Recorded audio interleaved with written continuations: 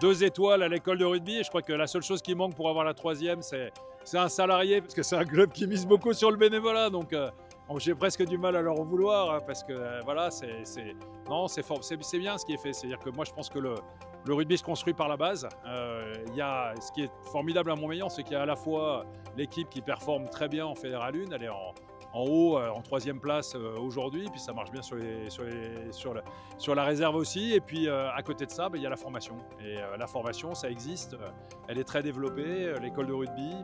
Voilà, et puis ça sort effectivement des joueurs et des joueuses qui contribuent à être bénévoles au club, donc comme on a vu aujourd'hui, et qui apportent beaucoup au rugby. 50% des joueurs des équipes de France, de nos 14 équipes de France, viennent de villes ou de villages de moins de 15 000 habitants. Bon, je suis très fier qu'il y en ait qui viennent de Montmélian. Il est important des clubs formateurs. Et le souci qu'a Montmélian et la fédération est en train de travailler dessus, c'est les indemnités de formation au niveau des jeunes, parce que c'est des clubs qui forment, qui sont souvent pillés à certaines périodes. Et ces indemnités de formation vont permettre de calmer un petit peu la tendance. En tout cas, nous, on est très fiers à la Ligue d'avoir un club comme Montmélian. On en a quelques-uns sur notre Ligue qui ressemblent à ce format de club. Et c'est l'idéal pour le rugby français. Moi, je sais que maintenant, on est sur liste d'attente pour devenir partenaire à Montmélian, tellement c'est un succès. Il y a une équipe de volontaires bénévoles et de dirigeants qui fait un boulot phénoménal.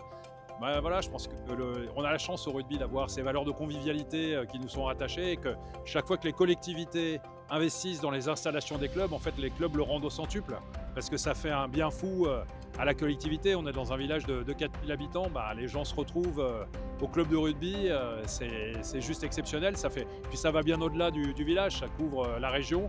Je sais que Montmélian, on en parle, j'ai le président de la Ligora à côté de moi, partout en Ligora, ça fait partie des clubs qui sont montrés en exemple, et on en parle au niveau national aussi, donc je suis pas surpris.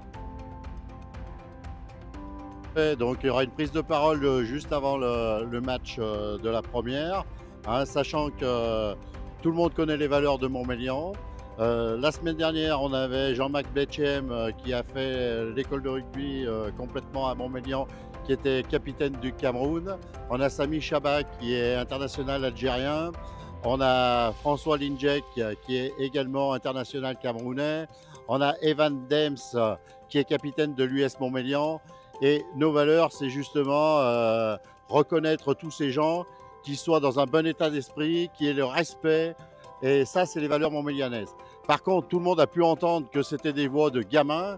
Et c'est ce qui fait encore plus mal, c'est des gamins d'une dizaine ou une douzaine d'années qui ont poussé ces cris. Ça n'excuse rien, mais c'est un gros problème. Aujourd'hui, nous sommes comme dans les écoles, nous sommes dans la formation.